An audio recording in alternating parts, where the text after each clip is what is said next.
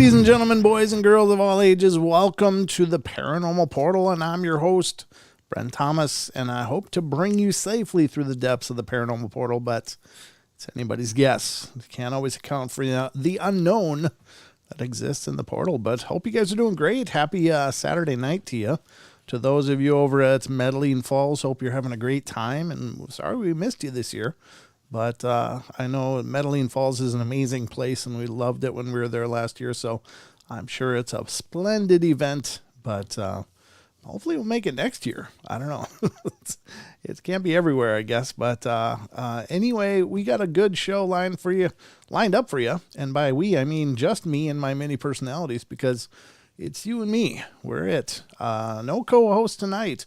So that's where you guys come in. So if you want to call in and be a part of the show, by all means do that. The number to call into the show is 720-923-0500. Again, 720-923-0500. And a very special happy birthday to my middle boy, Oliver, today. It's his birthday. So he got another year older, and sending him all my love, of course. But hope you're having a great day, whatever it is you're doing. And thank you again so much for spending some of it with me. So got a lot of things to get through tonight. Before I go any further, though, I should, of course, give thanks to Cryptid Coin, ladies and gentlemen, one of the sponsors of the Paranormal Portal. Currently the only sponsor, but it is one sponsor. And the Cryptid Coin is a new cryptocurrency, and if you're looking for a new crypto investment, this one looks like a cool one to me. Not that I'm an advisor and I can't give you any advice, but because I just don't know anything about investment opportunities and such. But I'm really excited about this one because, of course, it's named Cryptid Coin, and their heart is in the core of cryptid research and investigation. So really excited to have them as a sponsor of the show.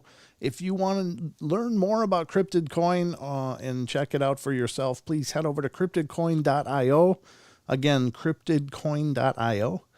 And you'll learn more, and it's now available on PancakeSwap, so makes investing even easier. So check it out. But special thanks to Cryptid Coin for making the portal part of the universe of Cryptid Coin, I guess.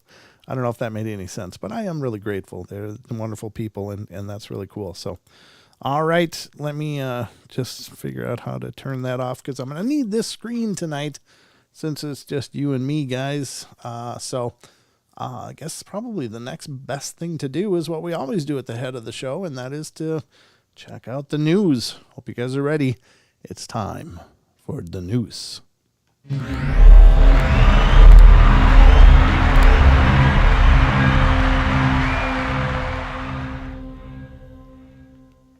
All right, ladies and gentlemen, welcome to the Paranormal Portal News Desk, and I'm going to do my best to guide you through the news and bring you all these amazing articles that I've curated on your behalf. So hopefully, again, like I always say, I hope you leave here knowing something more than when you came in. And hopefully that isn't something like, man, this guy's an idiot. I don't want you to leave here thinking that at all. But whatever you think, here's the first article up for grabs here on the newscast. And this is coming from unexplained-mysteries.com. And this one, I think, is a real concern for a lot of people. And as the technology progresses, it gets harder and harder to tell the difference between a forgery, a hoax, or the real thing. And I know it's a concern for a lot of people, especially in these fields of paranormal and cryptid research, because when the videos are coming out looking indistinguishable from actual video footage, it's really tough, and it takes almost a forensic level investigation in some cases, and that's unfortunate. It's neat that the technology is moving forward, but it's not neat that there's so many people wanting to exploit that for false claims and false fame. But the other thing is that there's things called deep fakes, and that's also a technological form of fakery. And that is where you can take samples of somebody's voice, much like what we were talking about last night, where one of apparently Amazon's plans is to make an Alexa be able to sound like a deceased relative's voice. which I think is, personally, I think it's a little creepy, but to each their own.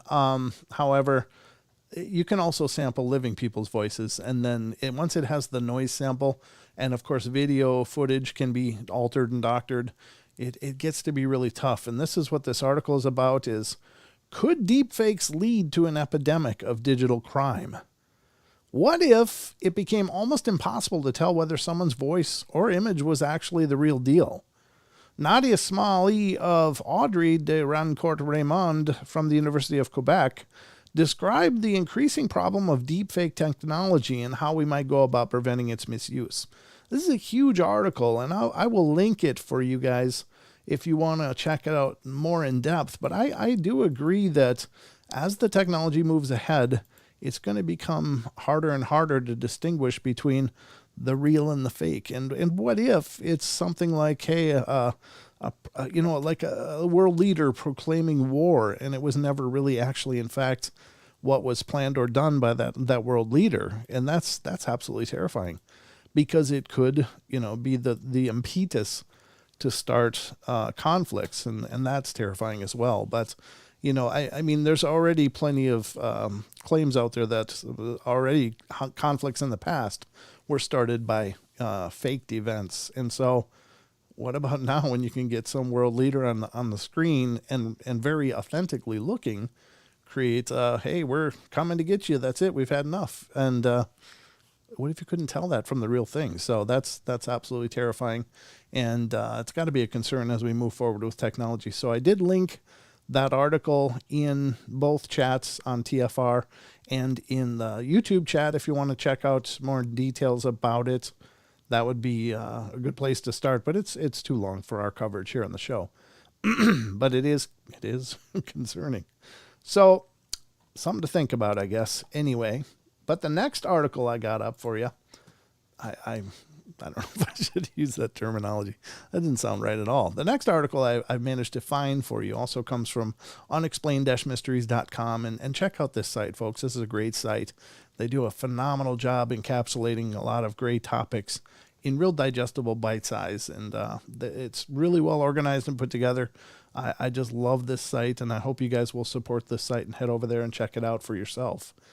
This one is from having to do with Elon Musk's AI humanoid robot to be unveiled in September. I find this interesting because I know Elon Musk has been an opponent of AI, but it sounds like some version of it is going to be included with his robot guys. I saw that movie. It doesn't end well usually. Although, I got to tell you, if you could teach him to dust, do dishes, housework kind of stuff, I think that'd be a great addition. Mowing the yard, come on, I mean, there's a satisfaction mowing the yard, but after a while, it's just like, oh God, I got to mow the yard again. So there's some things that machines are welcome to take over, in my opinion, and that would be just fine. But it says, named Optimus, the Tesla-developed robot has the potential to automate the workplace and even the home. The home is cool. I don't know about the workplace, though. That's a little concerning. Designed to carry out dangerous and boring tasks in factories and other workplace settings, Optimus will be capable of carrying loads up to 20 kilograms and can also perform a number of other simple tasks. What is that, like 50 pounds, 20 kilograms? So that's not too much. I mean, it's not like they're going to rule the earth just by lifting heavy bricks and throwing them. Measuring 173 centimeters tall and weighing 57 kilograms, it will be able to walk around at 5 miles per hour and is programmed with an artificial intelligence to help it navigate and carry out its duties. If all this sounds a bit disconcerting, well, then that's because it is. There are countless science fiction movies involving humanoid robots and that have run amok and rebelling against their creators. Optimus will even look the part, resembling something out of the movie I, Robot. That's just a good start, I guess. Now, according to Elon Musk, the new robot, which was announced last year, will be unveiled at Tesla's AI Day on September 30th. The version that will be on the show is just a prototype. However, it will give us our first glimpse of this unnerving contraption and perhaps offer the chance to see it walking around and performing tasks. Eventually, robots like this one could become a staple inside the home, offering a way to carry out boring house tasks such as vacuuming. Amen. While also serving as an AI companion.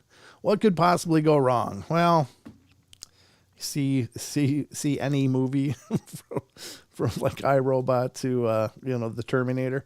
I'm just saying it could go very wrong, but I don't know. I think if it's done well, this is the kind of stuff that I think it's a double-edged sword. There's good things that could come out of it in terms of helping people with disabilities and stuff. That's phenomenal, and those kind of things really would create an opportunity for them to live independently and not rely on being in certain situations where maybe they could stay in their home, or elderly people, or any number of things like that. That if they just had some kind of aware, companion that could watch them, make sure they're not turning on the burners and forgetting about it, that kind of stuff. I mean, there could be a lot of great uses for it. But of course, we all have that idea in our head about how it goes bad and then what happens. But at any rate, I think there's definitely room for this kind of technology moving forward, but hopefully it's implemented very practically and wisely.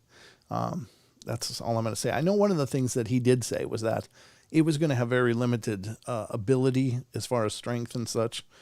And I think because that's what what he was kind of concerned about, and that's been his cautionary tale about AI for a long time, is what if it decides we're the problem and decides we need to go. So at any rate, I think AI is here to stay, folks, no matter what kind of cautionary tales we might have heard growing up.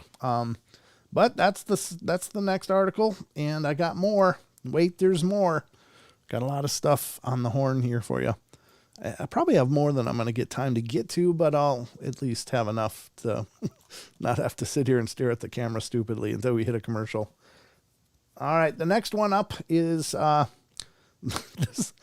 pulled up two articles because they're kind of related in a way. I don't know that they're directly related, but they both deal with elephants. And so I thought, wow, this is really interesting. So according to unexplained-mysteries.com, a herd of drunk elephants go on a rampage, and this is from 2012, so it is old. This is from the way back stuff, but it's Dumarkota village in India was ransacked after a herd of 50 elephants broke into a local liquor store. They all got wasted. Oh no. The absurd series of events started when the strong smell of the drink known as mahua managed to attract large numbers of elephants from the surrounding jungle in the small hours of the morning. After downing 18 large containers of the liquid, the inebriated jumbos stampeded through the village looking for more, ransacking 3 houses and causing a huge ruckus. Local authorities appealed for help in pushing the herd back across the river, and it is believed that 50 elephants that turned up were part of a larger group of 120 that had come from Dharmla. By the time the intruders had been pushed back, they had left a trail of destruction in their wake, including damaged buildings and flattened paddy fields. Oh, yeah, you don't want to get a big elephant drunk, and not a whole herd of them especially. That's very troubling. Just say no. Just say no to giving your elephant some of that mahua. All right, the next one up is actually very tragic, and this is the one that I thought was. I mean, it's bizarre and it's kind of humorous in a real sad way, but this is one where the elephant went wrong, and this is actually brand new. So the last one was an old one that I pulled up from the archives, but this one is brand new. And it says, here it is, elephant kills woman and then returns to crash her funeral. That elephant really didn't like this lady, whatever the deal is. The elephant not only killed the woman, but came back especially to trample all over her body as well. Oh my God. That's a lot darker than I thought. That's horrible. The disturbing incident, which occurred in Odisha, India, saw a 70-year-old Maya Murmu who had been collecting water being trampled to death by an elephant that emerged from a nearby Dalma wildlife sanctuary. Sadly, despite the best efforts of local doctors, the woman could not be saved. Incredibly, however, while her family was conducting last rites at her funeral, a few days later, the exact same elephant came charging in, grabbed her body off the funeral pyre, and trampled it a second time before throwing it around like a rag doll. Oh my God. Oh, wow. The victim's terrified relatives had to wait several hours for the elephant to leave before they were able to complete her last rites. Is that some kind of karma thing or what the hell's going on? That's really creepy. It isn't clear exactly why the elephant had taken such an exception to this woman specifically. However, confrontations between elephants and local residents have been on the rise in recent years due to deforestation and encroachment of human activities into the elephant's natural habitat.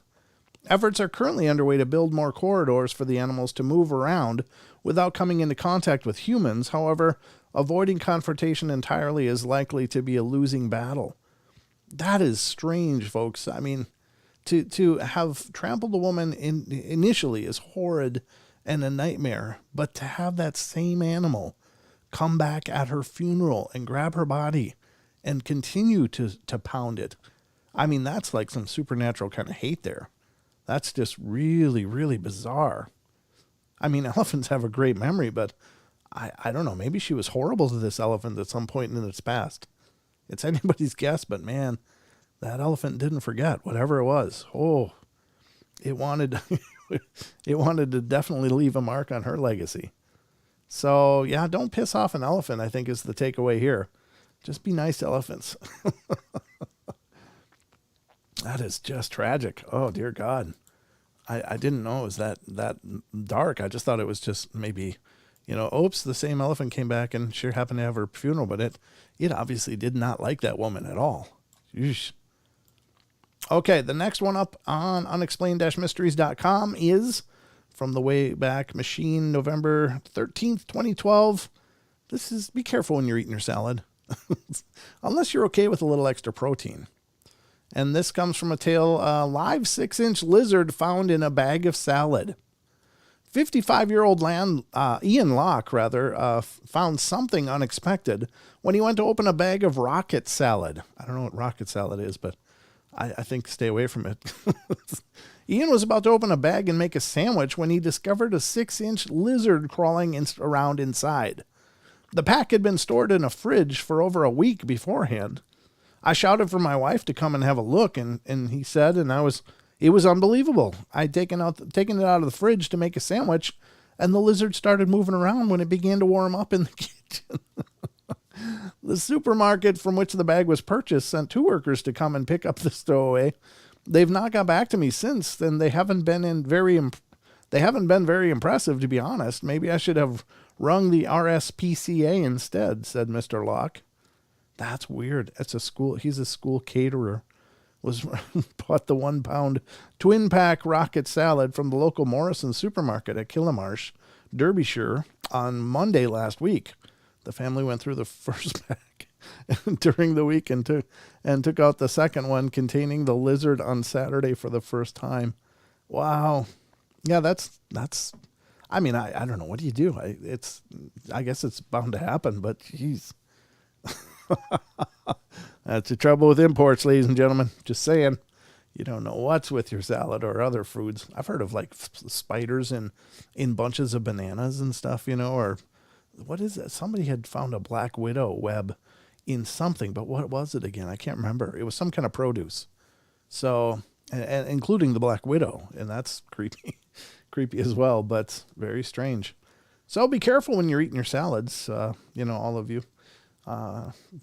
Just saying. Oh man, got a little lizard in there. What's our time looking like here? I got to check it. 6 minutes. We're doing good. All right. Next up, I found this and I didn't read it at all, so I don't know what we're in for here, but I'm sure it'll be possibly entertaining, but it sounded interesting anyway, so I pulled it up for us to look at. From unexplained-mysteries.com, from their archive again, October 26, 2012, mobile owners' bizarre insurance claim. So I think it's mobile phones is what they're talking about. But insurance companies have had to deal with some rather ridiculous claims from mobile phone owners. In one case, a farmer claimed that he lost his phone up the rear of a cow because he was attempting to use the device as a makeshift light source while calving. In another incident, a woman from Nottingham managed to bake her Nokia 6303 in a sponge cake, presumably after she dropped it in the mixture. Yeah, I don't think you do that on purpose. So, other strange claims include the case of a woman whose phone was literally snatched from her hand by a seagull, and an incident in which a couple dropped their phone into the sea while attempting to photograph themselves, recreating a famous scene from the movie Titanic. Yeah. Thanks a lot, Leo. Well, there you go. Those are some mobile phone claims. Don't use a phone as a light source if you're calving. Just saying. That phone would be dead to me. There's no getting it back. It's just not coming out, I'm sure. Or if it does, there's no way I'm keeping that in my pocket anymore. That's not a good thing. Dear God. All right, let's go to the next one. I think we got time for one more, maybe. How we doing? Yeah, 4 minutes. Maybe both. I got 2 more to go. I don't know if we'll get through them both. But the next one up from the bizarre category is another one from the archives. And this is, we've all heard about little like fish falling from the sky and stuff in weird events that many believe are due to storms and other instances. But here's a claim you don't hear every day. And this is apparently from unexplained-mysteries.com. Shark drops from the sky over a golf course. A live shark mysteriously fell from the sky over a golf course located 4 miles from the sea. Golfers at the San Juan Hills Golf Club in California were left perplexed when a leopard shark plummeted from the heavens and landed somewhere around the 12th tee. Still alive despite its ordeal, the creature was taken to a clubhouse where onlookers keen to help decided to put it in some water with table salt added to simulate the ocean. Fortunately, there was a happy ending to the story, as a short time later the shark was driven back to the ocean and released, seemingly no worse for wear. It is believed that it has probably ended up in the golf course after being caught by a seabird and then dropped by accident while it was flying back inland. Yeah, they don't really talk about how big it was. I mean, it was Jaws, or was it Nemo? What the hell are we dealing with? It sounds like it must have been tiny, but in any case, a shark, folks. And they saved it by simulating the ocean.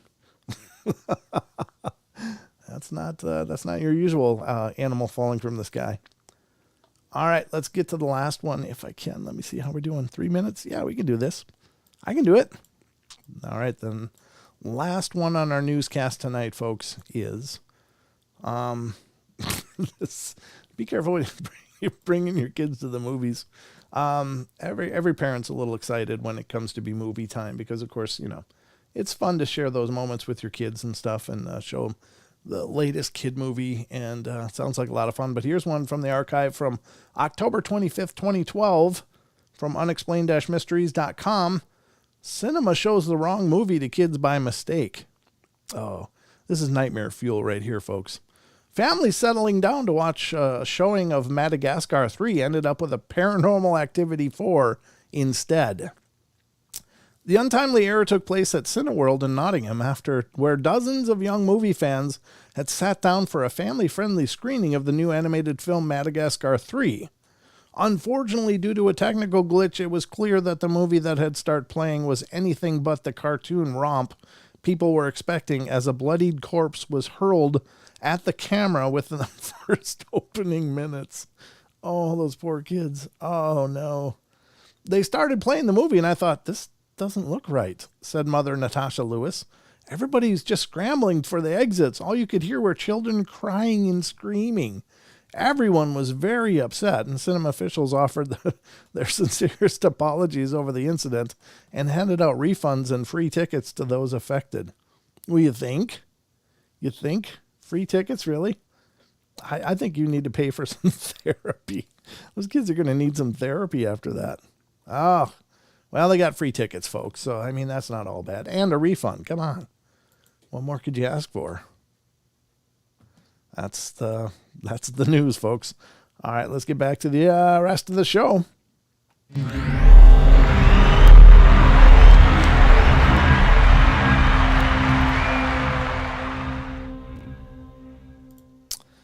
you just never know. You just never know what you're going to get. All right, let's get the camera live here.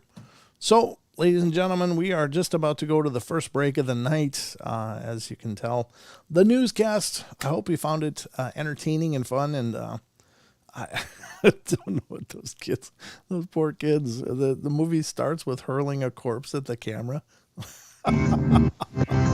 Not the food for sweet dreams. All right, ladies and gentlemen, we'll be right back in just a couple minutes. Don't go away for more of the Paranormal Portal.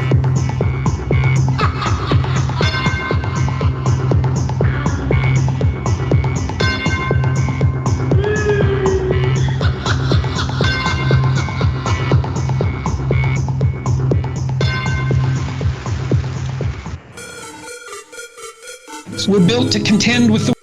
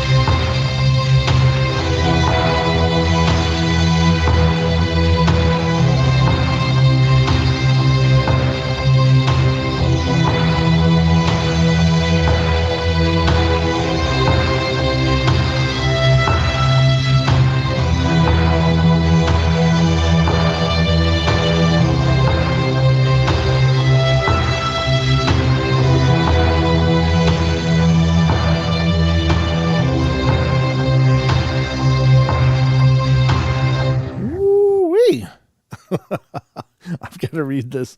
I got to read this again from Aggravated Progressive. He says, they're talking, is making reference to the kids that ended up, they came to see Madagascar 3 and ended up seeing Paranormal Activity 3 instead or something. But Aggravated Progressive says, my mom tried to cover our eyes when we went by the outdoor theater showing porn, almost wrecked us. Oh my God.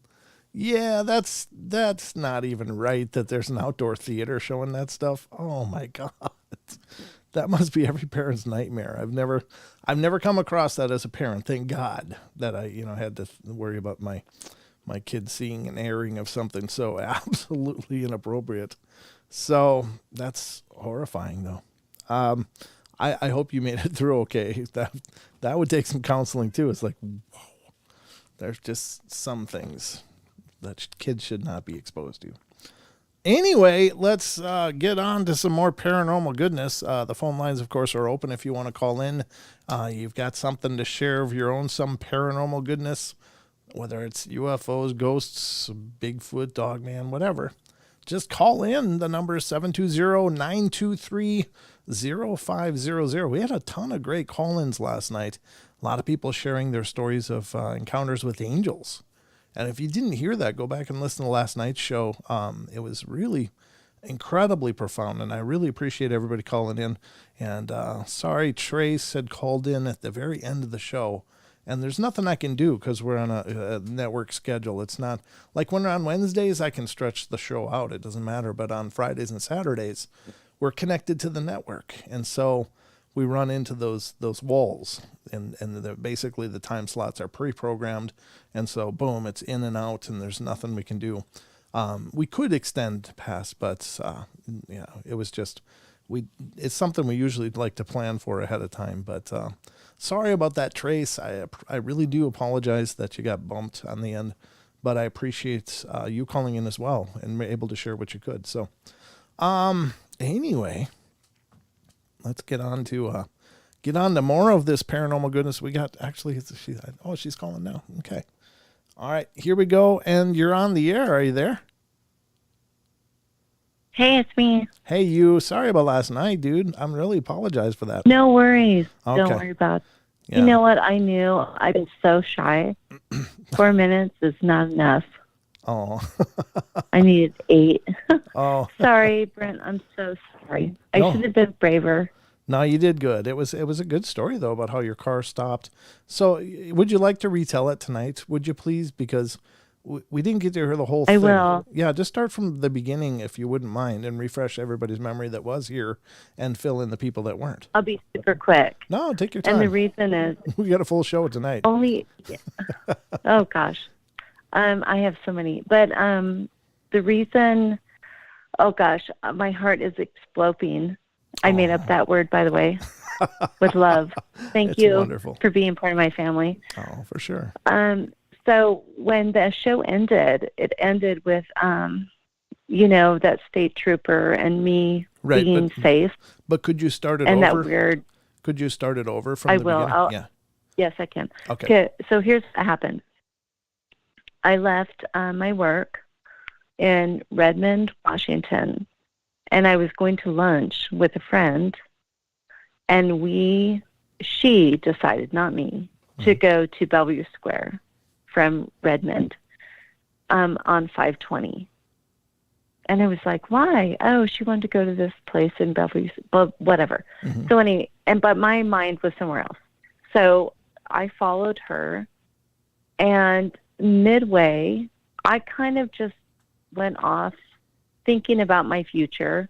Mm-hmm. I kind of lost track of, and my instincts said to go home, which was the first exit onto 405 towards Kirkland, my home, which is the next exit, by the way. It's so close. Oh, okay. And the next one. Anyways, so she was speeding ahead, and I was truckers, people. I was just like in my own zone. And I just instinctively went off the ramp I usually go on to go home. And okay. it's so short of course. It's Microsoft campus. It's like 520, 405. It's so easy. Mm-hmm.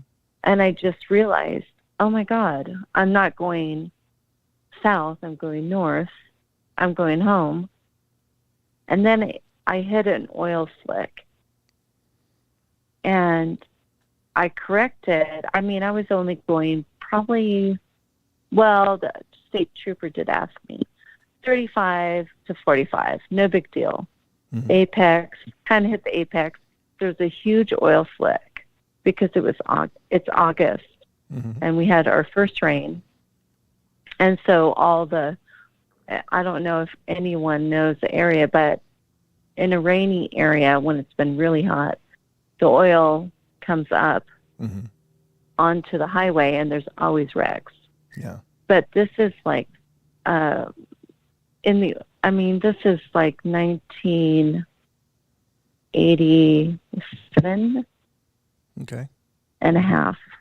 Yeah, but they didn't have the big guardrails. They didn't have anything. It was just like a yellow curved corner. Mm-hmm. And so I was going around, and I punched the brake because I was like, oh my gosh, I could see the oil. Oh. And then I hit the oil, and my car, it was kind of like when you, what do they call that? Hydrofoil. Mm-hmm. Hydroplane.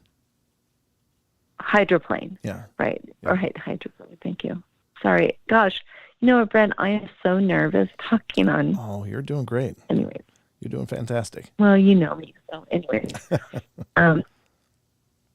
We met, you know. Yeah. So I felt like I was hydrofoiling, but I knew it was only oil. Mm-hmm. So I tried to correct and I was in a Subaru XT, okay? Mm-hmm. 4-wheel drive. Have you seen a Jetson car? Like, that's my ski machine. Mm. So I'm an all-wheel drive, 4-wheel drive in this little white Jetson mobile that wants to really punch it through. Mm-hmm. And I kind of did punch it because I thought, well, whatever. And I lifted off. Like, I hit the oil, and then my car went airbound a bit. Oh, man. And then I realized I had no control over the steering wheel. And I was like, okay, I have no control. I don't know what I'm going to do until I hit down, and then I can do it. I grew up on a farm, so I kind of know how to do this. Sure. But not with a race car. And so, as I told you before, 405 is going perpendicular. Mm-hmm. I've been crying since last night, actually. Oh, I'm sorry. I thought I should never tell this story. Oh. Anyways, and it's not the accident, because it actually went into an accident. So, Mm-hmm.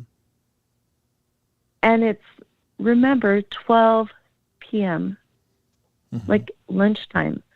So my car catapults. There's a trucker ahead of me, Mm-hmm. and I knew I Mhm. kind of sped up because he was in front of me. I was like, oh my God, I took the wrong exit. Blah, blah, blah. Like a vowel. I'm not a vowel. Anyways. And my car literally launched like a rocket. Mm. And I realized that my everyday home path on a freeway is going to be the death of me. And I was like, holy shit. I'm going right straight for people from south, east side, going 65 miles an hour. Mm-hmm. And my car is going straight for it. Mm. I'm perpendicular, like with it. Right. Like, I'm going to get crunched. And all of a sudden, it was like a shimmer. There was like a shimmer wall in front of me. And then my life, like, just like I'm a machine, like I'm an AI. Mm-hmm. Wheel back. Everything that I ever knew got flashed. Like, if this doesn't work out for you, we want you to remember, or we're going to remember, like, I'm not really sure this is going to work out. Yeah. But if you get fucked, sorry about the F word. Yeah, please apologize. don't. Please don't swear. Then, okay, so it went. I had no control, right? Mm-hmm. And then all of a sudden I hit it. And then my car I could feel the impact of it. It wasn't as hard, like, I've had a few, concussions. Mm-hmm. It was bad. The car stopped. And it's a white Subaru XT.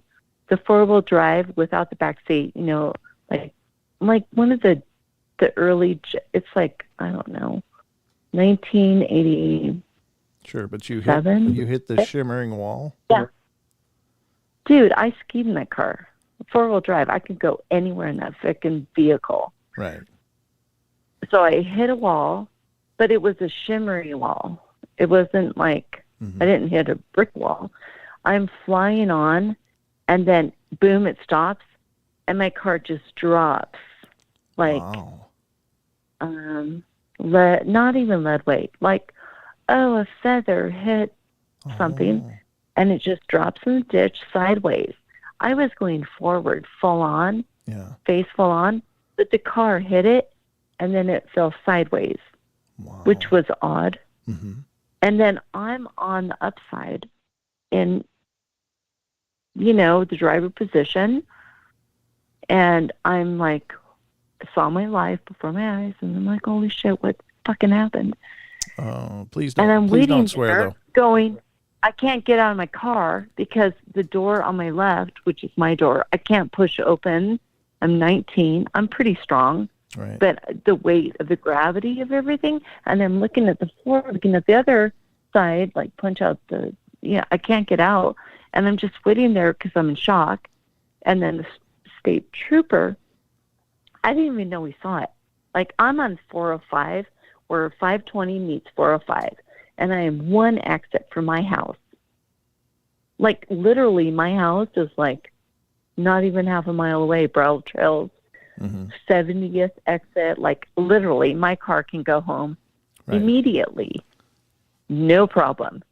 So this dude walks up and he's full gear and he's freaked out, white as a ghost, and he had to like climb down the ditch a little bit, climb up my car, figure out how to open, those Subarus, the XTs that kind of have a weird door.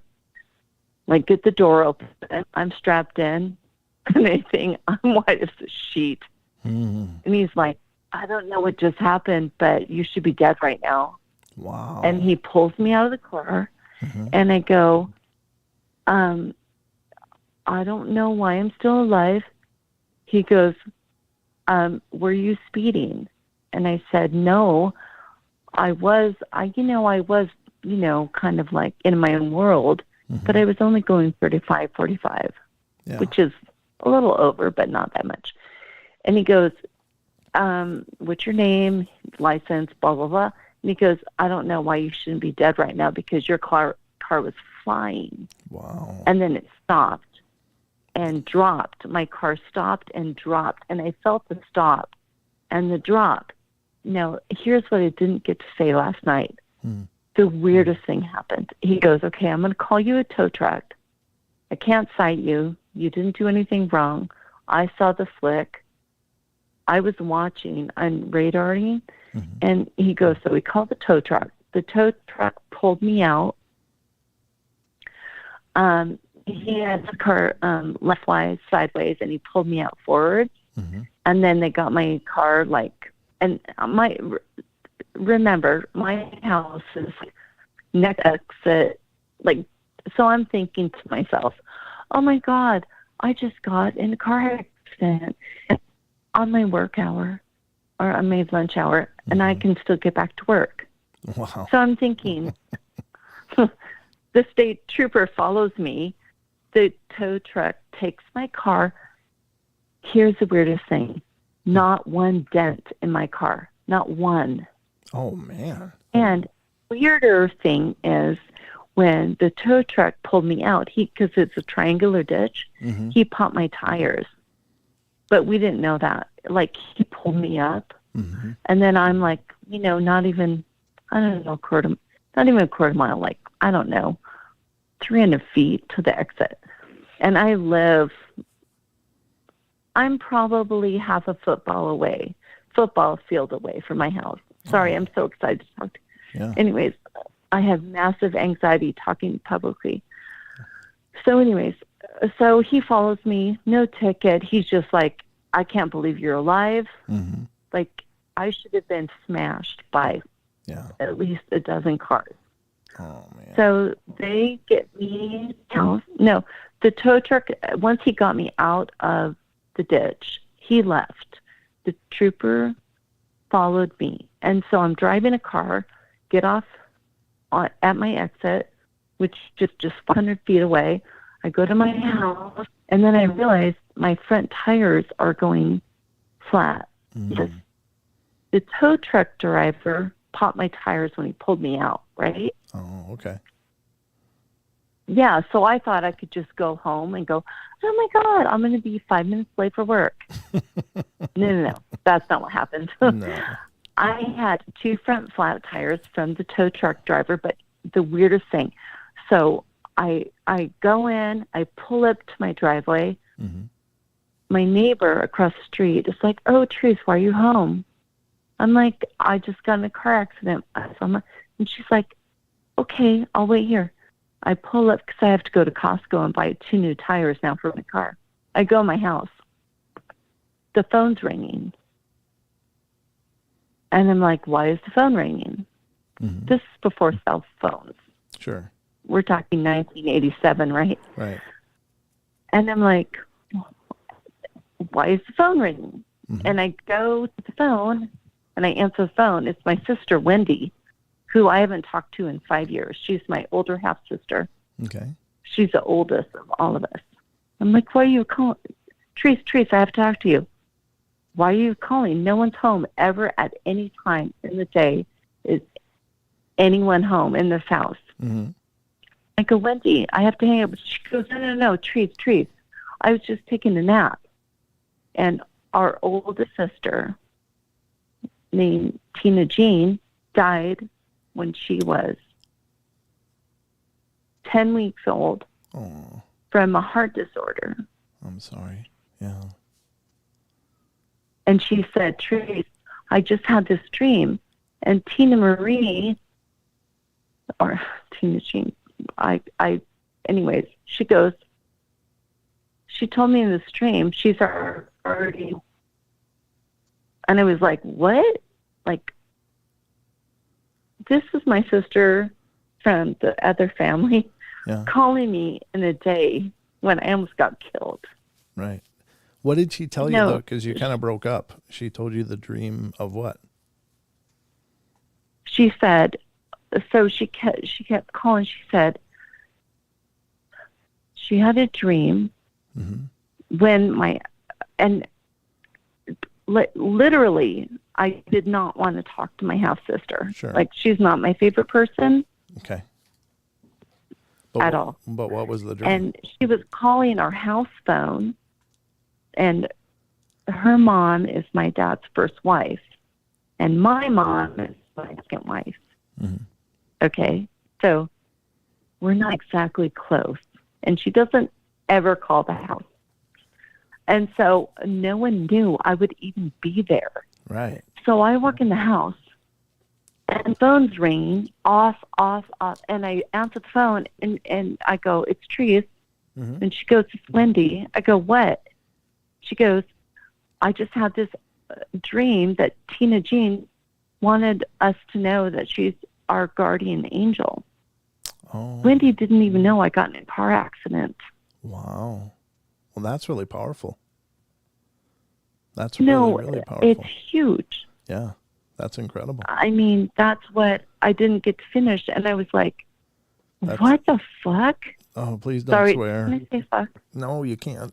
Okay. No, I won't. No, that's okay. But that's what.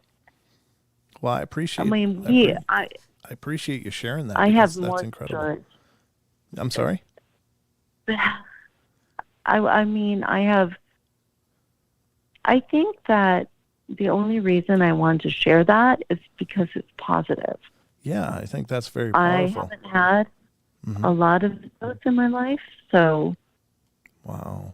with all the other guys last night, sharing angels, I mean, like, how could That's amazing. somebody stop my car? Yeah. And then when I got home, it was verified from a phone call. Yeah. And from a person I don't even mostly like. Yeah, that's Trees, incredible. trees. Well, thank you so much for calling back in and sharing all of that with us. That's incredibly powerful, and it's a beautiful story. And we're glad you're okay. Well, I'm alive. That was a long time ago. I know, but it's one of those stories that it could have been all kinds of different and just with no problem. But, through that intervention, you made it okay. So, but thank you for calling in again. It's great to hear from you. Hey, Brent, I appreciate you. Oh, thank and you. I have a bunch more stories, and they won't be that. I don't know why the first one I shared with you was that, like, emotionally connected, but the other ones are pretty awesome too. Cool. Anyways, we'll speak to you soon. Nice to hear your voice. Okay, take care of yourself. Thanks Take again. care now. Good night. You too. Good night.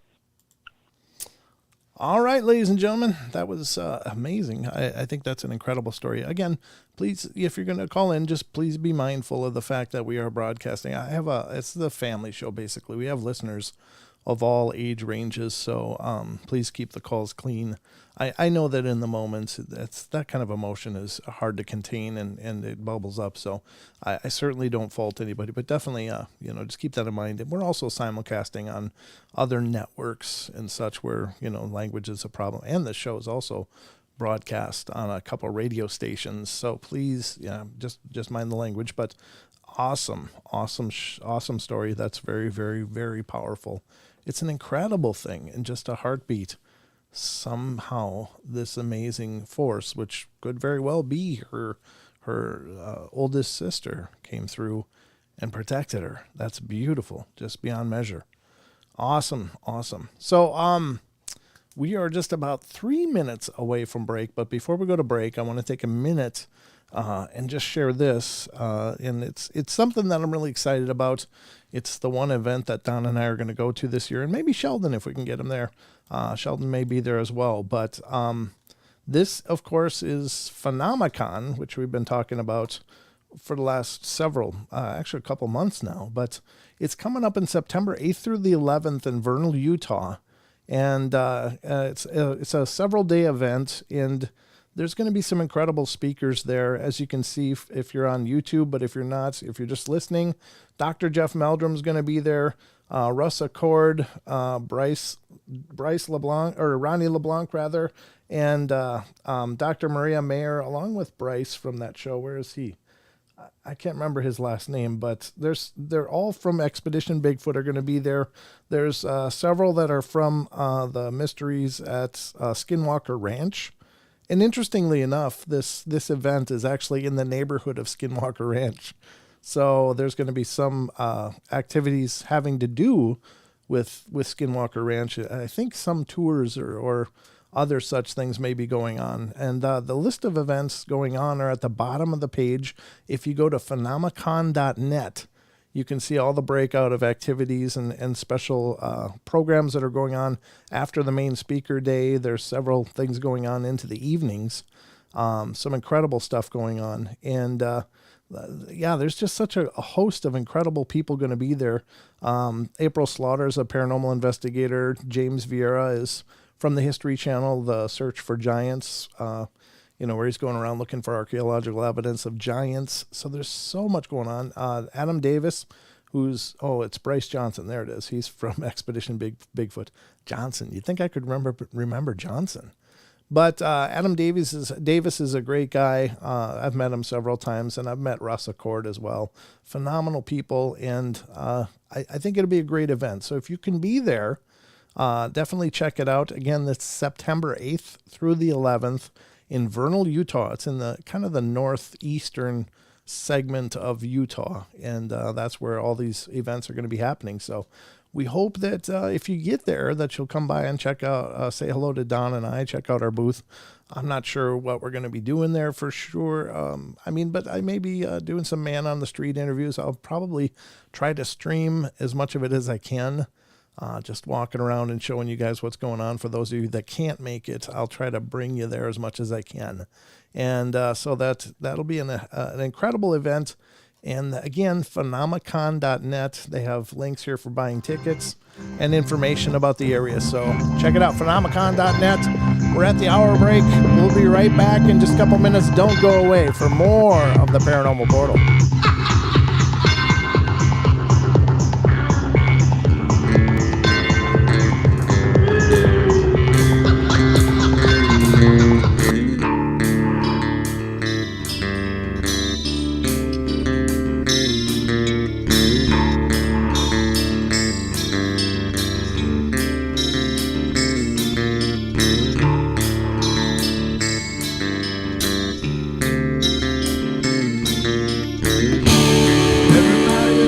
Play their games.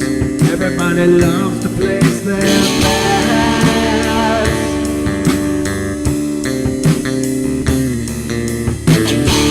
They don't understand the price I paid. They don't care to comprehend.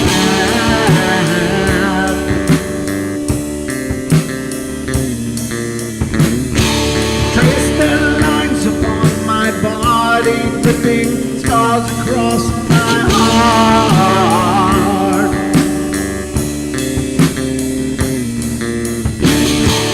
Raging anger pours inside me as their lies keep falling apart.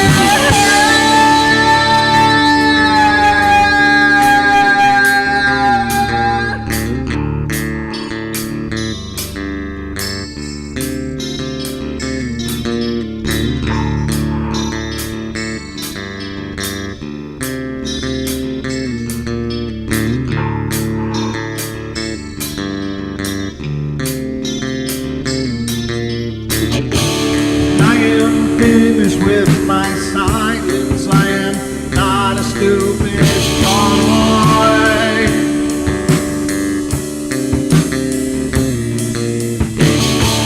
No more breaking me with kindness, just you dance upon my joy.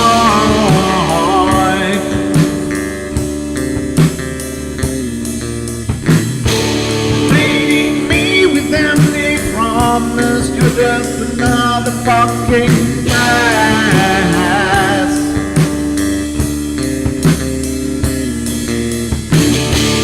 Taking off the slice of my sanity, just make sure that you're well fed.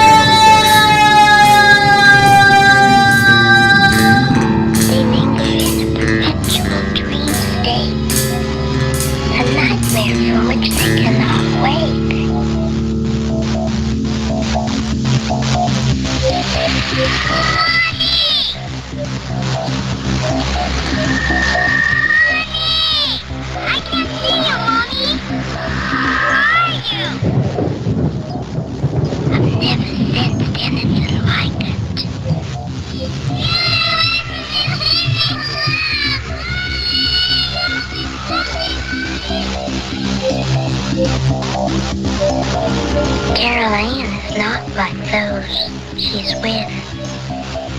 They're attracted to the one thing about her that is different from themselves. Her life force. It is very strong. It gives off its own illumination. It is a light that implies life and memory of love and home and earthly pleasures. Something they desperately desire, but can't have anymore. Right now, she's the closest thing to that. Poltergeists are usually associated with an individual. Hauntings seem to be connected with an area. A house, usually. Poltergeist disturbances are of fairly short duration, perhaps a couple of months. Hauntings can go on for years.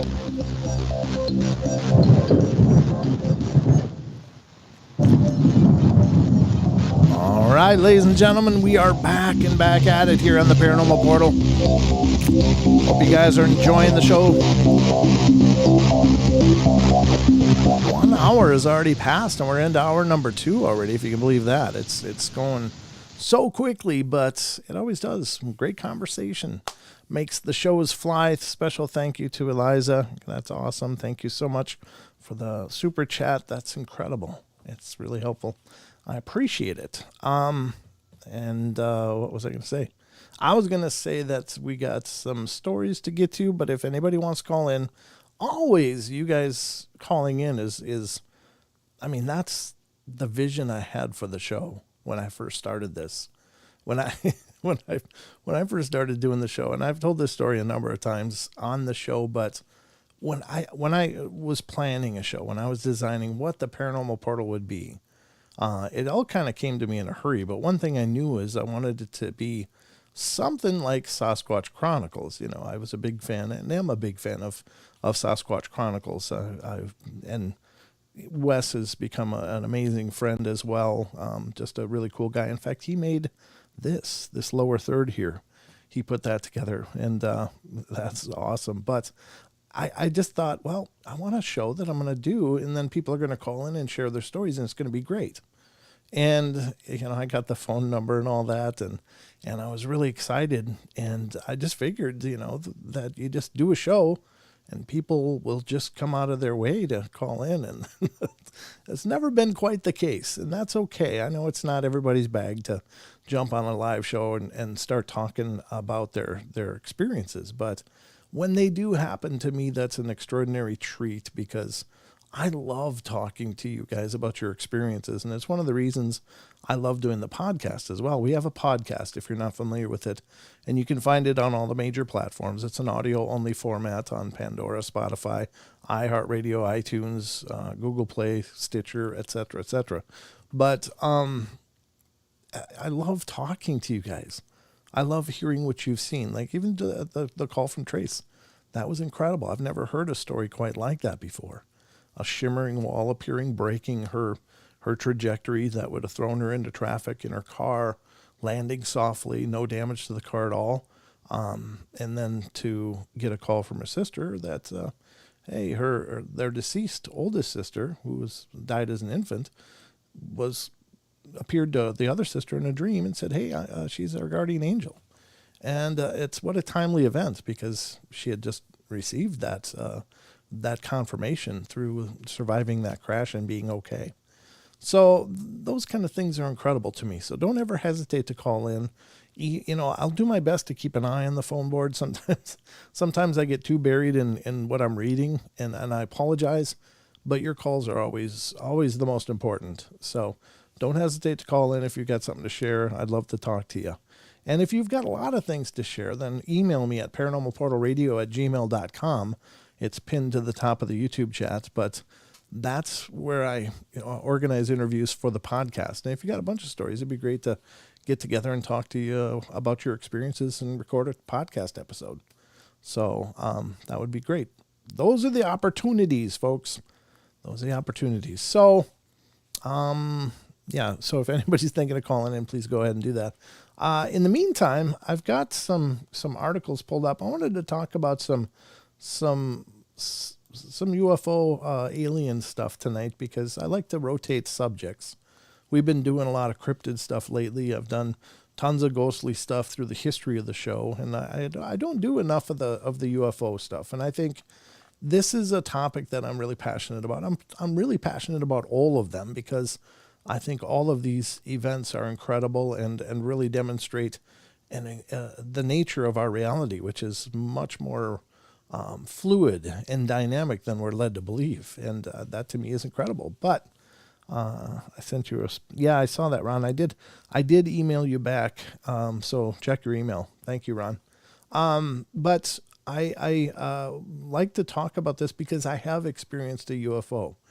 And it was really pretty close. It was really pretty amazing, a really pretty amazing event, seeing a saucer. In a nutshell, I saw a saucer hovering above a tree near me, and he was just sitting there, and I was out in the middle of nowhere, and it was just sitting there hovering above a tree. And there's more to the story, but you'll have to catch the full version of that either on one of these old episodes where I talked about it, or my appearances on many other shows. I talk about that UFO experience. So if you catch one of my interviews somewhere else, you'll probably hear it, including when I was on Sasquatch Chronicles, I talked about it. So, but having seen it, I always was a believer before that, but having seen it was just this incredible moment of amazing confirmation to the fact that we are not alone. They are in fact here. Again, I had an open mind. I really believed that this was probably the case, but after seeing it, it just became, there's a difference. I've been hearing this for a long time, and I can attest to this. There's a difference between believing and knowing. Well, I moved from believer into knower when I had that experience. And so the only questions left are, what are they doing here? What is it all about? Why are they here? Why are they visiting? Why do they apparently abduct people? Why are they, are they living among us, as some people suggest? So I got a couple articles that I thought it'd be neat to read through, and we can explore some of these ideas right now. So the first one I'm going to read to you is coming from a site that I stumbled onto just kind of by accident, but these are some pretty interesting headlines at least. And so this is called alienstar.net. And I'm not real familiar with the site, but I did stumble on this. I thought, wow, this is a great topic. We should discuss this. So right off the bat, right off the bat, I found this article and I was like, ooh, this would be a good one to talk about. Alien beings may actually live among us, some scientists and officials claim. Well, I don't know who the scientists are because, of course, for a scientist to say something like that is nearly career suicide. But at any sense, we'll get into this and see what they say. And this is from May 12th, 2022. So it's very new article. And I don't know who wrote it, so I can't really attribute it to an author. But anyway, again, this is from alienstar.net. And there's tons of other articles on this site that you may be interested in, so definitely check it out. All right. Oh, Ron, you're late. You're late because you were answering my email? That's okay. No worries. Extraterrestrials may live in our midst, according to certain politicians and scientists. And we may unintentionally be in contact with them on a regular basis, or they may be even within our bodies. Whoa. Former Canadian Defense Minister, this Paul Hellyer. Paul Hellyer, a former Canadian Defense Minister, told RT that he believes aliens are among us. I've heard from various sources that there are roughly 80 distinct species, and that some of them look just like humans, and that you wouldn't know it if you walked past one, if you didn't look closely. I do have to say I'm really familiar with Paul Hellyer's claims, and I don't know that he's not right.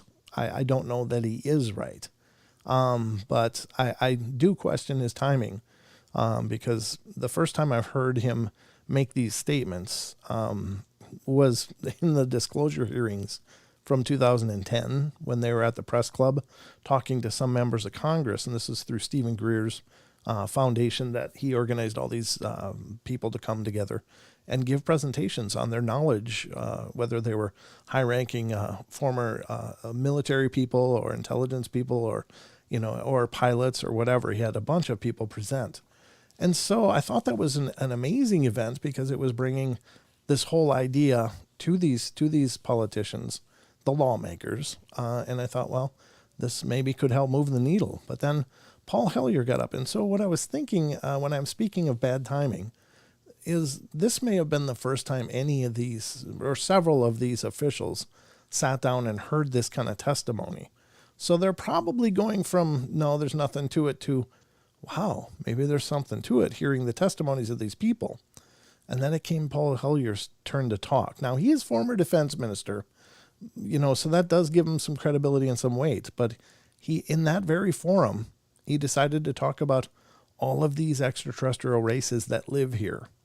And I thought, oh no, he just jumped the shark. He pushed it way too far. I don't think that was the forum to have that kind of a discussion with, potential people that are policymakers that could potentially change the laws and rules, but he just threw them way into overboard. So I think my complaint is that wasn't the proper forum for him to make these grand claims. He may be right, but I don't believe that was the correct time to peel that banana. But anyway, it says Paul Hellyer, a former Canadian defense minister, told RT he believes that the aliens are among us, and then he believes there's 80 distinct species. They look like us. Number 2, Arizona State University's Paul Davies. Alien life might just be beneath our noses, or perhaps in our nostrils. According to award-winning physicist Paul Davies, he told CBS News that alien bacteria might be in the ground or even in our bodies, and he also suggested that life may have evolved on Earth more than once, and that life from various epochs may be alien. I've heard also claims that the octopus could be an alien organism, and they sure look alien, and they are pretty incredible beings, and they're also incredibly intelligent with problem-solving abilities and able to recognize people and that kind of thing. So I do think that they're a very, very intelligent being, but are they from another reality or another planet? I don't know. That's a very interesting claim. Number 3, Northern Kentucky University's Dr. Robert Trundle. In 2004, North Kentucky University philosophy professor Dr. Robert Trundle informed the Cincinnati Post that he had been shunned because of his ideas on extraterrestrials. Is E.T. here? He named his book. No, in terms of politics, but yes, in terms of science and theology. He told the Washington Post, from a political standpoint, does E.T. exist? The administration is frightened of culture shock and mass hysteria, therefore no. If the government admits there are extraterrestrials here, it's admitting it can't protect us from them. In terms of science, I contend that hundreds of credible witness reports cannot be disregarded out of hand. I'm referring about pilots who have come forward despite the fact that it has required them to face psychological examinations as a result. Yeah, there's a lot of people that have come forward and have made claims that it's in some professions it's horribly crippling. Even the Japan Airlines pilot that witnessed, and there was radar proof of a craft following his flight from Japan to, I think, San Francisco, that when he landed and gave his report, he ended up surfing a desk for the rest of his career, just because the Japan Airlines was not happy about that. We do have a call, so let's see who's calling. Octopus are a genetic anomaly. Yeah, that's probably true. I don't know much about it. We're ready for the truth, Ron the Sage says. I think so. I think so because, let me get to this call, but in terms of, actually, let me get through this article first, and then we'll get to the call. So caller, just hang on the line. We'll be right with you in just a minute. But in terms of this hysteria claim, I don't think so. I don't think that's even a troublesome worry, because the Navy footage of the pilots catching the Tic Tac craft, I mean, that could have been earth-shattering, earth-shaking, but basically it made just a blurb in the news. Something so profound as that was, I mean, of course it's still being discussed, but it didn't reshape society as we know it. There weren't hordes of people racing, through the streets in panic. There were just people going, There could be something out there. That's interesting. And, and the news programs no longer make that joking, scoffing reference to, I'll go to Phil. He's talking to Larry over at the trailer park that he saw lights in the sky. They quit kind of doing that and finally started giving the topic at least a little more gravity, but there was no hysteria. There was no, that admission. If there was going to be hysteria, that would have been the one to do it, because basically Navy and military craft are being buzzed by these craft that they can't keep up with. They can't even hardly get a radar lock on them. And, it didn't even move the needle. So I think people are ready. I think you're right, Ron. All right. Let me continue here and we'll get to the call. For the Bulgarian Academy of Sciences Space Research Institute, 2009, Lachitzer Flipov, the president of the Bulgarian Academy of Sciences Space Research Institute, told the Toronto Star, "We asked the aliens 30 questions regarding world issues, and we now have some answers," says the narrator. He didn't disclose how the questions were conveyed, but he did state the answers arrived in crop circles as pictograms. The aliens are alleged to have told Flipov and his crew that attempts to detect aliens by the Search for Extraterrestrial Intelligence, SETI, had failed due to magnetic fields, according to the Telegraph. Flipov also stated, "Aliens are now all around us, and they are constantly observing us." Flipov has held high-level roles in astrophysics and worked on a Mir spacecraft mission. Chris Jones, a UFO specialist, is number 5. According to Chris Jones, UFO specialist, most of the reports regarding alien abductions may turn out to be true. Furthermore, ufologist believes that aliens have been living among humans for a long time, but have successfully camouflaged their presence. Jones says that he had spent years researching reports of humans being abducted by aliens. They all have a lot in common, he said. The ufologist further stated that aliens may already be among us, but that few people are aware of this, since the aliens are adept at hiding and disguising themselves. Many people's personal experiences, as well as the discovery of UFOs in many regions of the world, show that humans and extraterrestrials, intelligent entities, are in contact. After the U.S. government began studying 144 reports of interactions with unexplained objects during the previous 15 years, the subject became even more intriguing to ufologists. All of these incidents were ascribed by the U.S. military to a large number of unexplained air phenomena or illegal armed organizations. Well, there you go. I think there probably are here. Is my gut feeling. I think they could just hide and not be seen if they chose not to, or walk right alongside it, and you'd never know, because I believe they're just that adept. All right, well, let's get to this call. All right, this is area code 240. You're on the air. Hey, hello guys. How y'all doing? Good. Who are we talking to? It's your buddy Hot Todd again. Oh, okay. How you doing tonight, sir? How's everybody? I'm doing all right. I'm not bad, man. Good. What's on your mind? So, I actually have, I don't know how much time I have. Do I have time to share a couple stories? I'll keep them short. Well, yeah. I mean, we got about 7 minutes before the break, but if you want to hold over the break, we can talk to you on the other side too. Okay. Okay. So yeah, I'll go ahead and get started. Okay. Okay. So, me and my fiance moved into this house about 3 years ago, and it was military housing. They were built like back in the 30s or 40s. So, one night, I think we were here maybe 2 months, 3 months maybe.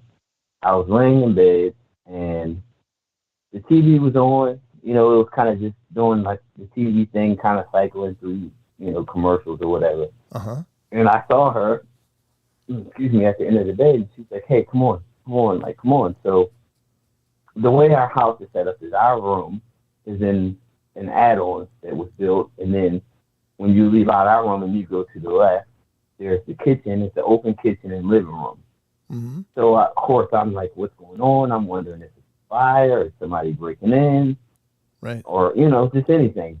Sure. So I get up, and as soon as I get out of, to go through the double doors into the kitchen area, she disappears. Oh, wow. And I didn't realize, because I went to sleep early that night. I didn't realize she was asleep on the couch. So when I come out and see her and the dog, I mean, fast asleep, she probably doesn't want me to say this, but I mean, she was snoring, everything. Like, she was out. And anytime that one of us is, you know, up and moving, the dogs are up. Sure. So it was so strange. And it was her, but she was like panicked for some reason. But she just disappeared once I turned the corner into like the living room, kitchen area. And I was like, what in the heck is that? Right. Yeah, I've never had anything like that happen to me at all. It was the strangest thing. And then a few months ago, actually, this was during COVID, actually, when COVID first happened. I was in the back, you know, on my computer, messing around, listening to music and stuff. And she's calling. I'm sorry, I lied. I don't want to falsify this. Okay. I was upstairs, and she's texting me, and I hear my phone going crazy, and I'm in the shower, so I'm thinking nothing other. Maybe somebody from work, like, hey, come back, we need help, and of course I'm ignoring it because I'm like, I'm not going back. So yeah. I pick up my phone and I look, and she's like, did you just walk past the room? I just saw you walk past in a robe. Oh, wow. I walked past the door in a robe, and I said, well, no. And it was walking towards like the back door where our deck is and all that.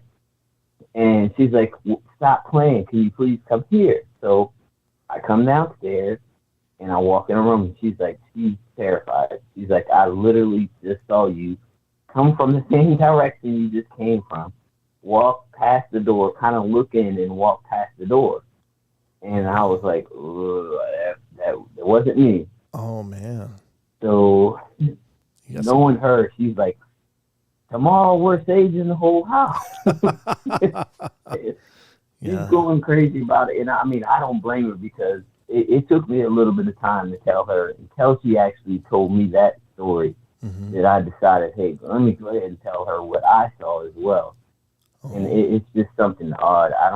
I'm not sure what that is, because, you know, I've seen ghosts before, but it never took the form of somebody that was, for one, living. Right. It's just odd to me. The fact that I had on like a cloak or a robe was even stranger to me. It is. So it sounds like it could be the doppelganger phenomenon, whereas it's believed there's entities that disguise themselves as living people, and, you know, in order to not cause alarm or whatever, you know, they like try to blend in. And sometimes some people believe that they're bad omens of, like, you know, somebody's impending passing. I don't believe that personally, but it could be some form of a time slip too. I mean, if your house is on some kind of energetic vortex or vertex or whatever, could it be just like time echoes, you know, or like it creates a residual impression that plays just because of the energetic nature of the surroundings. And, you know, was it something that did happen, or is it something that's going to happen, and it's, you know, kind of appearing almost like a premonition? So that is really bizarre, dude. Well, it's funny you say that, actually, because this neighborhood was built on like a natural well and spring and everything. Oh, sure. And I've heard water has that kind of portal kind of effect to it. Yeah. So maybe you're on to something. Right. Wow. I'm not sure, but I don't know what dimension I was in, but cloaks and robes never really been my place of clothing. Yeah, I suppose not, unless, you know, it's a Halloween thing maybe, but yeah, that's pretty intense, brother. I don't know. Matter of fact, go ahead. If there's a way to switch it up, and that's the Hugh Hefner version of me, I'll gladly take it.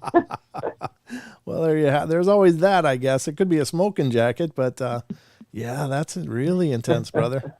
I don't know. Was there other activity at this place too, or is it just those doppelganger things? So we had a cat that passed away, and he used to get on the counter, and, you know, we didn't like that because he knocked stuff over, and plus I just don't want animal hair in my food and, you know, stuff like that. Yeah. So after it passed, even to this day, and it passed like earlier this year, I can still hear it jumping off of the counters, and I hear the footsteps, a little boop boop noise, and I'm like, okay. That's And then, cool. you know, he used to hang out in the basement, and there's still some of his toys down there. And every once in a while, when I'm doing laundry, I'll hear like the little cat bells from the toys, and I'm like, all right, buddy, you know, go ahead, you know, have your fun. That's awesome. That's awesome. It doesn't scare me. Yeah, and It's weird. It's really strange. It is really strange, but it sounds like you guys are handling it really well for what it's worth. And you don't still live in that same location, do you? Oh, we're hitting the break. Just hold the line if you don't mind. We'll be right back after the break. Yes, and we'll keep on talking. All right, ladies and gentlemen, hang on to your seats. We'll be back in just a couple minutes. Don't go away.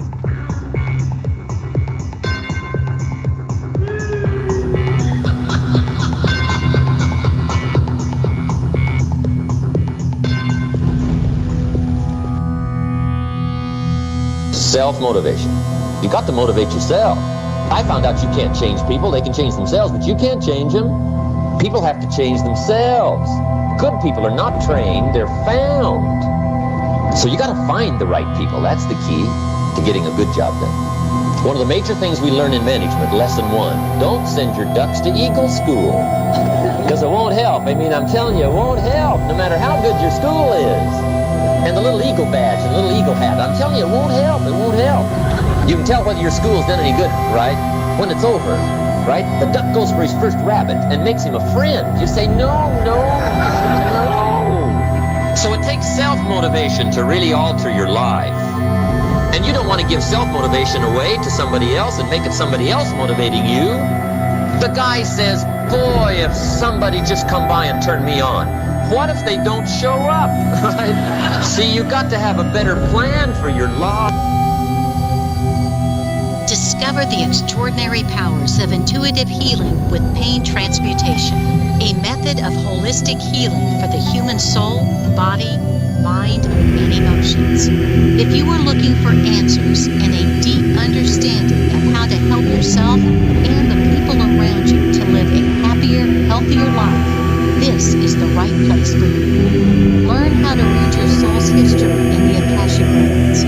Remove negative energy attachments from your astral body and start the process of inner and outer pain transmutation. Join Pain Transmutation Community to get started on the path of intuitive healing. Change your energetic state.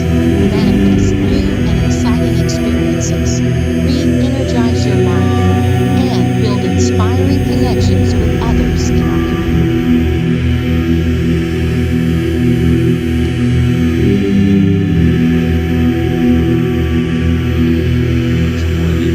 Mankind has been searching for answers to the big questions such as, where did the universe come from? Where did we come from? Why are we here? Are we alone? And just what the heck is the Sasquatch all about?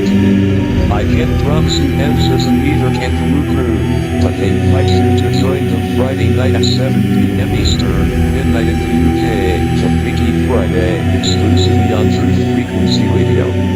Spirituality, multiverse, quantum mechanics, the occult, and so much conspiracy analysis that it will make your mind melt. Take my word for it. Freaky Friday. It's more than a show. It's a way of life. I'm Stephen Hawking, and I'm proud to be Wookiee.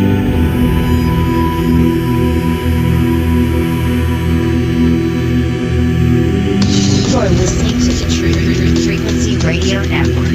No hate, no hype, no fear.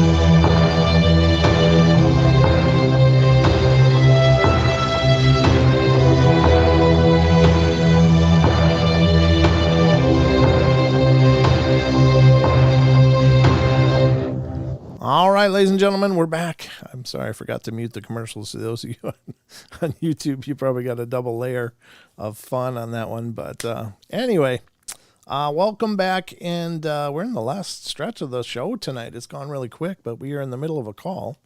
So let's get back to the call. Are you there? Hello, are you there? Yep, I'm here. I apologize for taking up so much of everyone's time. No, like I said, I love the calls the best. To me, that's my favorite part of the show. So by all means, you're not taking up my time. I just appreciate you sharing and calling in. So I got a quick idea for you, because I know the last show, or maybe I missed it, you guys were mentioning about doing an extra show. Uh-huh. And I think I know a way you can do it without stressing yourself.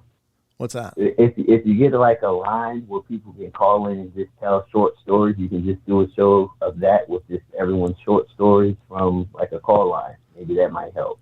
I've had that idea as well. I do have a call line. That's what you're using now. I just don't know if I can record on it. So I might just see if it'll actually just record, or there's a way to set that up. But yeah, I've had that idea before, and I'd love to do that. Just have a line where people can call in and share their experiences. Yeah, that's brilliant. Great minds. Oh, they think alike, right? Absolutely. So paranormal gumbo. I'll tell you what, though, I think that the cat story is really cool too that you shared, because I do think I really believe that those little animals, I mean, they're just such a big part of us, and they become literally a part of the family in their own way, and I do think that when they pass, they may very well stay with us, or at least to some degree, that they're always kind of there. And I think it's a beautiful thought anyway, because I'll tell you what, Portal Mom in the chat, she had this Maltese dog, and it was a beautiful dog, a little sweetheart, but it was named Tucker, and it passed. And this dog had a real peculiar, specific ritual. When it would go to sleep at night, it would jump up on her bed, and it would do about 8 or 10 circles, like when they're pooping, they're looking for the perfect spot. They do these circles smelling around. Right. Well, this dog did that when it would lay down to go to sleep. And unfortunately, the dog passed. It got sick and passed away. But she still says that she'll feel that bounce like it's on the bed, and then this little paws walking around in circles, and then a plop, like he's still there and still snuggling. Yeah, but I've talked to a lot of people over the years that have had that have seen their pets that passed away, and they still appear to them. So I think there's something to that, but I think it's just that connection never dies, that they just wait. They're just waiting for us. I'm sorry. With you mentioning that, like every once in a while, out of the corner of my eye, I kind of see shadows. Oh, sure. And it's a cat shape, but I'm like, I always kind of tell myself maybe it's a reflection or something, but in my heart, I feel like I know what it is. Sure. But it's nothing scary, so I'm just like, okay, cool, dude. Like, the way prices are going, hopefully you can start paying rent since you're still here. But, start chipping in. I accept it, and there's a comfort thing in it too as well. Yeah. It is. I think so. About that. I think that's beautiful. So, I mean, for what it's worth, it's a story I hear a lot, and there's got to be something to that. And I think that it very well could be them just waiting at our side until it's time to go home. Mm-hmm. But I agree. Did you have any other stories to share? Okay, so I have, like I said, I don't want to take up too much of your time. No, you're fine. Go ahead, brother. But I do have one more. Okay. And actually, I do have another story, and it's kind of a story and a question. Okay. But I'll get to the next story because it's kind of like the last two stories. I want to keep it all the same. The last time I was on, it was kind of everywhere. Okay. So this last story, or this next story, it came from my father. At the time, he was living in Georgia, and he was in this really old house. And he said his landlord was like just shady, slumlord guy.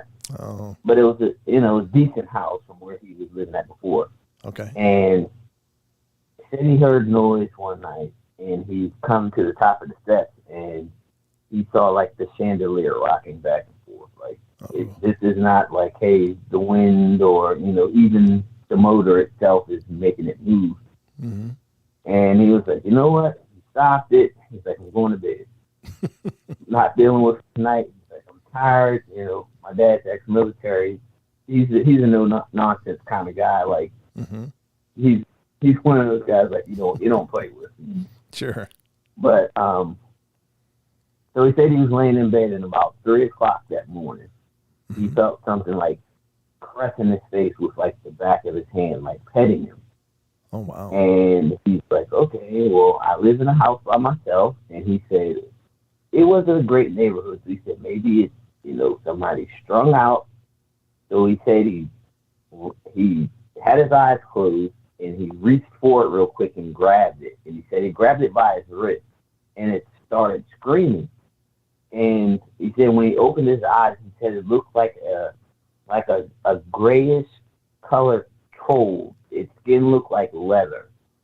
Wow. And he said he was like, wow, what is that? And there was like two others in the room, and they took off out of the bedroom door. And he said the one that he was holding on to, he let it go, and it ran straight through the wall and disappeared. Oh my God. And wow. So as he was telling me, he's like, listen, like son, and this is when we just moved there too. So this is all around the same time. Excuse me. Uh-huh. He's like, listen, son, if you have a spare bedroom in that house, I'd like to come stay with you. And unfortunately, things didn't work out that way. But he said it was almost a nightly thing that something would be, snatching the covers off of him or grabbing. He said it was always these little weird gray, like leather-colored trolls, like leather gray skin-colored troll things that were just running around the house, just causing mischief. And my dad, he's like, I'm not scared of them. I'll kick their ass. Excuse my language. I'm sorry. Yeah. But he's like, I'm not scared of them, but I'm tired of it. And cleaning up after them, they make messes in the kitchen and they throw stuff everywhere. And at first I was like, well, he's just pulling my leg because I told him about things that happened in this house. Okay. And then after a while, I could start hearing, like, as the months went by, he was like, it's too much. Wow. It's really, I can't do it anymore. And and me personally, hearing my father as a strong man, like growing up, he was, Superman, Sure. Yeah. Your father figure. Mm-hmm. And hearing him like slowly being weakened by what happened and things they were doing, and it went from just mischievous stuff to like scratching him, and he had something poke him in the eye, and like just it started getting more and more to the point where he felt like really bad self-harm was coming to him. And I honestly have no clue what that is, right, or what it could be. But I have also, I listen to a lot of podcasts and things like this, and I don't think I've ever heard anything like this. And it's to me, it's scary. And a part of me was like, yes, Dad, there's an extra room, but I'm like, are you going to bring that with you? Right. Yeah.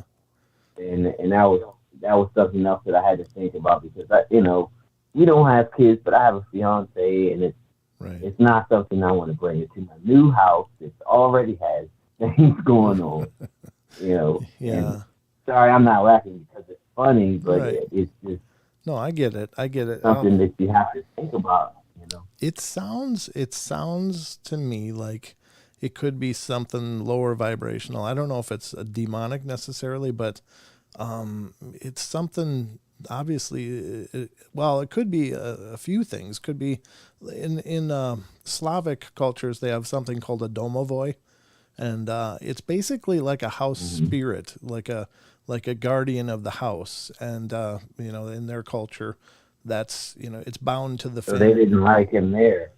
Yeah, if it's something like that, the description you're making sounds almost like what I've heard in terms of those, and just because it's a Slavic kind of legend doesn't mean it's not universal. I mean, there's oddly enough, you think of like Harry Potter, and you think of like Dobby the house elf, but there are creatures alleged to be out there similar to that.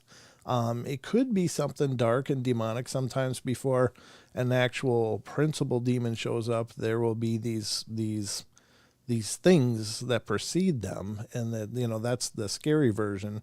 And those generally may soften things up because with a demonic kind of presence. They only have time, right? They have all kinds of time, and they will take years to wear somebody down, or decades or whatever. I don't know that that's the case, and I'm not trying to mislead you at all here. But what I am thinking is but it sounds like a spiritual kind of thing, and as such, I think he should probably get the place cleansed, and by that I mean if it's. Anybody can grab sage and go around and burn it and, hope for the best. But, if it's something that tangible and that active, then he should probably try to contact groups that have cleansing as part of what they do. Could be a shaman. Shaman would be a great person to call. And get in touch with the tribes in your area and see if... Well, I'm going to tell you this. It scared him bad enough that he moved out of the country. He's no longer here. Okay. Yeah. Yeah. Well, then it terrified him to the point where he's, and I feel bad because I didn't have the space to let him come here. Sure. But I mean, in what you're saying, it makes a lot of sense because, like I said, my dad he's the toughest guy I know, and to slowly hear him over the months just get worn down by it, what you're saying makes a lot of sense. Right. And for him to just be like, hey, look, I'm leaving the country altogether. Right. That makes a lot of sense. Did the activity stop for him then? Do you know? To be honest with you, it's also sad, but I haven't heard from him since. Oh, okay. I hope he's doing well. Okay. I've heard from other people that he's okay, but okay. Well, I hope everything. Yeah, I hope so too. Because unfortunately, if there was an attachment to him directly, it could be attached to the location, and that's generally what happens. But it's not unheard of that they decide to tag along, like you were suggesting, and so it'd be interesting to know. But in any case, I mean, if it is spiritual in nature, it can be cleansed. They can use prayers. You can use medicine people. You can use priests. You can use mediums, psychics. You can use, what are they? Reiki practitioners should be able to cleanse negative spirits. So there's any number of ways to take care of it. And, it's up to you to use whatever resonates with your belief system. I mean, that makes it more powerful, but yeah, I hope he's okay, because that's the fact that he could actually grab onto it is incredibly profound. I've heard stories. That's the thing that what I thought was the weirdest about it is he said it looked at him and it screamed and it had these big eyes, and the way he explained it, he said it was almost like the old Brendan Fraser mummy movies. Yeah. He said it had that kind of like skeletal rotted face, but it had ears as well. Okay. Yeah. And he said it just screamed and wiggled around until he let it go. And I just find that weird because normally something spiritual you can't touch. Right. So that's what kind of throws me in a loop there. I've heard about things like that happening where people have lashed out and struck out and hit something, literally made contact with a punch with something that wasn't there that they could see. So I mean, there is manifestation. If things manifest and they look physical, chances are that perhaps they have become vulnerable to a physical kind of thing. But I just think it's very interesting. Yeah, it does sound like an imp. Android that's what I was talking about. To precede a demonic presence, sometimes there's these things called imps those are the little creatures that can go before them. And it's believed that demons may have control over these little imps, and they send them out to find a target, so to speak. So I don't know that that's the case. Go ahead. Okay, I'm sorry to cut you off, but I'm just wondering, because the way he explained it when he grabbed it, it was almost like he was scared of him. Right. Sure. So that's if they kind of feel like they have power over us, or they're doing whatever, like why was there a fear factor? Well, and then that kind of makes me lean towards like the Fae folk or something like that, maybe, or I don't know. Yeah, I honestly don't know. It's hard to know. There's stories of goblins and things like that. Are they perhaps kind of a ethereal being? Are they? Is it a multi-dimensional being? But he said to let go of it, and then it ran through the wall, right? So it does seem to exist. Yeah, at he least. said it literally disappeared as it ran through the wall. Wow. Yeah, that's very intense. I'm glad he moved out of there, because I think that's a big part of it, is just getting away from that location. But if it's possible, get in touch with him or find a way to see if he's okay now, because it's certainly something that if it may have followed him, or if he was the target and it was something dark and horrible like that, then the place doesn't matter. They'll just keep finding people. Now, as for him grabbing it, that is just so profound, though, that he not only grabbed it, but was able to witness it and see it. And maybe the fear of the thing was just, it had never been grabbed before. That's could have been a very scary thing for the thing. Maybe your dad was just one of those people that had, really quick reflexes and absolutely surprised the thing. But, yeah, that's very powerful. We are energetic beings too. We are spiritual in our core. So, we can interact in that energetic way, and, possibly even through our hands. There's so many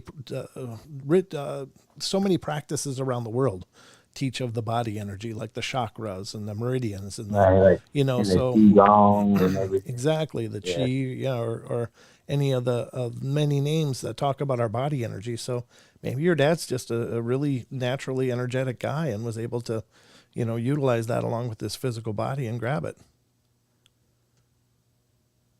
Well, he was also a Golden Glove boxer when he was in the service. Oh, okay. So sure. I don't know if that was kind of one of those, they're just like, oh, this guy just is, he's kind of fearless. And, right. Yeah. Well, I imagine he was plenty quick, plenty quick to be able to grab onto it. But. Yeah. My mother used to say as a joke, when anything went wrong, she's like, don't mind him. He's been hit in the head too many times. I hear you. He sounds like a very strong man, but yeah, I'm concerned because if that happened, there's people believe that once they target you, they kind of mark you, and then they can find you wherever. But again, these are a lot of different beliefs. I'm not saying they're true or not, but I'm just throwing it out there. But if you do get a hold of him and he's still having trouble, let me know, because I do know people that will help him, and they'll do so absolutely. I won't try.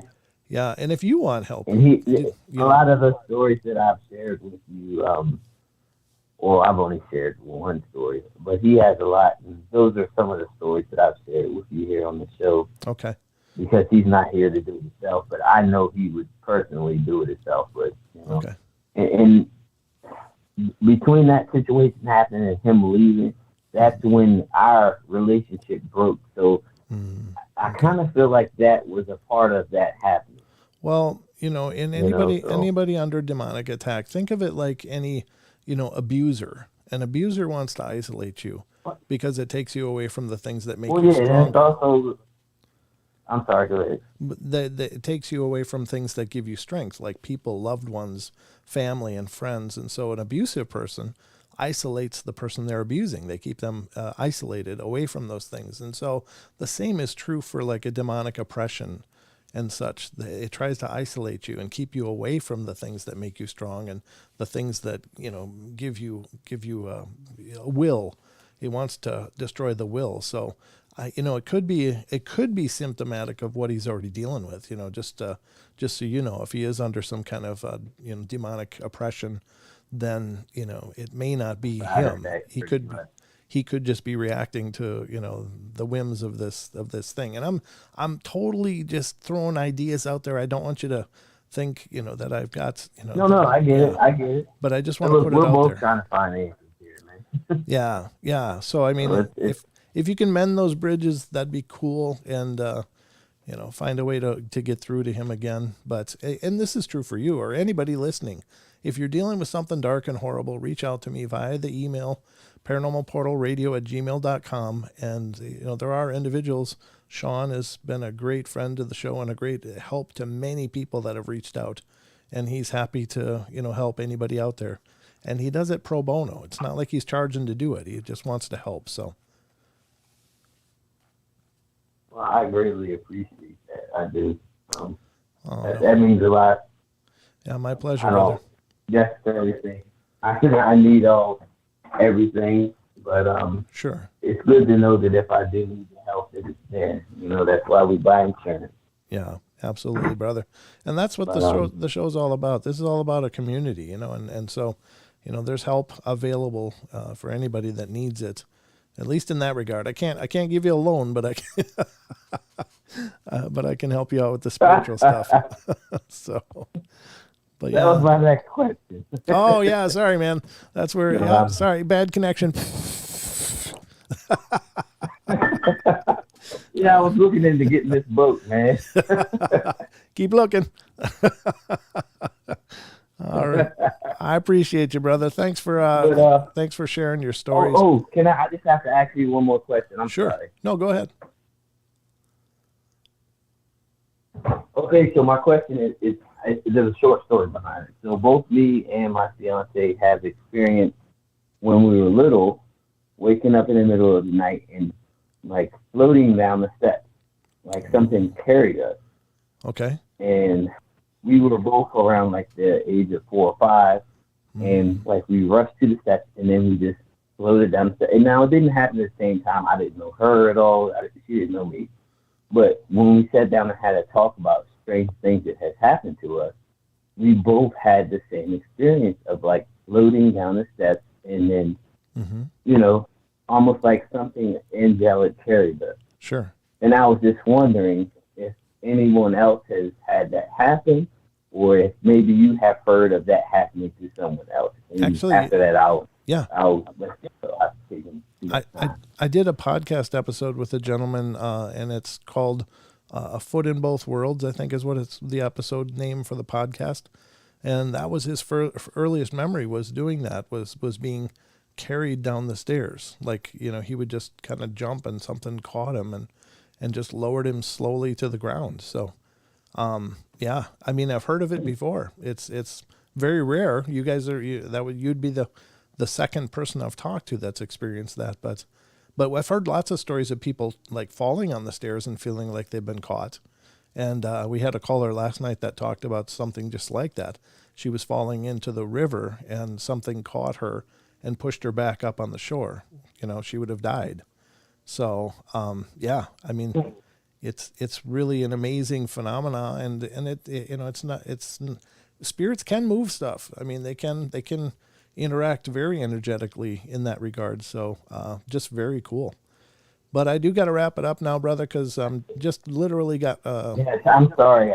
No worries at all. Don't apologize. I've loved this talk, and thank you so much. Don't ever apologize for calling in. I love talking to you guys. So, but yeah, I do got to close the show, unfortunately. So I've got a few other calls in the queue. I'm sorry, guys. We won't have a chance to get to you. But thank you all, and thank you for calling in, man. Yeah, no problem, man. Good night. All right, good night. Yeah, sorry about that. To anybody else that's on hold, I do apologize. There's just no more time to the show, but I appreciate you all being here, and thank you so much. Thank you for all of you that have called in. This has been an amazing weekend of phone calls. I would love to keep the calls coming during these live shows. By all means, don't hesitate. Call in. Let's have a talk. Let's discuss this. And again, if you got a lot of stories, get a hold of me via email and we can do a podcast episode. That would be phenomenal as well. So absolutely, folks. Let's see. Is there anything else? Remember the Teespring if you want to help support the portal and you're looking for a nice set of T-shirt or other gear. Check out the shelf below the episode if you're on YouTube, or go to teespring.com/paranormal portal or whatever. It's in the link is in the description of the show. So I'm going to butcher it here if I try to do it out loud, because it's kind of a lengthy URL, but check it out. That helps us out a ton. But remember, we love you all. Be good, be kind, be nice, take care of each other, help each other out, find the magic in every day, and remember to laugh as much as you can. Good night, everybody.